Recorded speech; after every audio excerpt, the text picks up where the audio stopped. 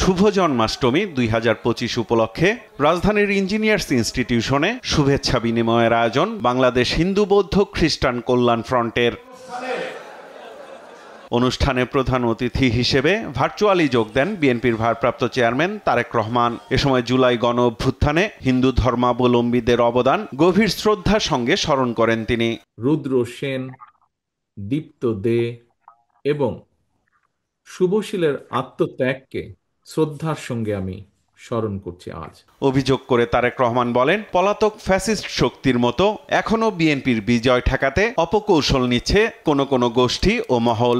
জনগণের প্রত্যক্ষ ভোটে নির্বাচিত জনপ্রতিনিধিদের দ্বারা জনগণের প্রতি দায়বদ্ধ সংসদ এবং সরকার গঠন না হওয়া পর্যন্ত গণতন্ত্র উত্তরণের যাত্রাপথ কিন্তু ঝুঁকিমুক্ত নয়। এই নির্বাচন অনুষ্ঠান নিয়ে কোনো রাজনৈতিক ব্যক্তি বা গোষ্ঠীর বক্তব্য, মন্তব্য কিংবা নিত্য নতুন শর্ত সামগ্রিকভাবে জনমনে বিভ্রান্তি সৃষ্টির একটি কারণ হয়ে দাঁড়িয়েছে। রাজনীতিকে রাজনীতি দিয়েই মোকাবেলা করুন। জনগণের শক্তির উপরে আস্থা এবং বিশ্বাস রাখুন। বলেন, গণতন্ত্রের পথে শর্ত আরোপ করলে ফ্যাসিবাদের পুনর্বাসনের পথ সুগম হবে।